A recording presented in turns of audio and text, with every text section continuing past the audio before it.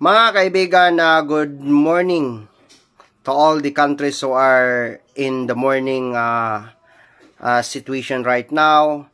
And here in the Philippines, good evening. Mga kaibigan, magandang gabi ho sa lahat. For those Filipinos around the world, especially our OFW, mga kaibigan. Just I am here to say about everything in this life that I am being to serve the Filipino people of this country. If we are or you are a good servant of this country, just to serve, not by the people. We are be unique by serving the people in the terms that we are following and remain loyal and loyal, honest, and faithful to our constitutions.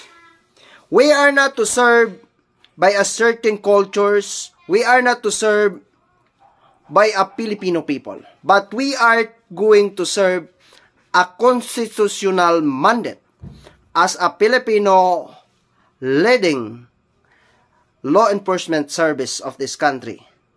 We are in our heart that we are bound to protect the Filipino people by the mandate of the Philippine Constitutions. We are not serving by in the terms of our cultures and traditions, by our religions, by the Filipino people and the business tycoon out there, and many influential person out there. But we are in our heart to remain loyal, faithful, and honest in our constitutions in all aspects of life. As a human civilized in the Filipino citizens of this country, we are bound to protect the Filipino as a whole by the mandates of the Philippine Constitutions. But a mandate by the Philippine Constitutions, mga kaibigan, we are appointed by law in order to serve by the mandates of the Philippine Constitutions.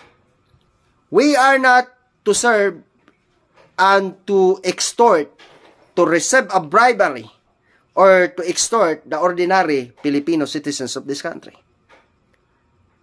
Just to serve by the mandate of the Philippine Constitutions and in our heart, mga kaibigan. It is not by our mandate, but it's God's given.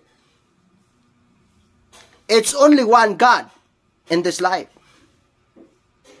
We have God in our life. We need to be afraid while we are serving of this country. Afraid to God. If we are a good leader of this country, lead by an example that the laws is looks forward, not backward. The best interpreter of the statutes is the statutes itself. That's why the reasons of the law is its soul. It is not all about everything. So that's why, dactus exemplo, lex prospicit, non respicit. Optima statuti interpretatis is insum statutum. Ratio leges is anima. Good evening, mga kaibigan. Thank you so much for watching us.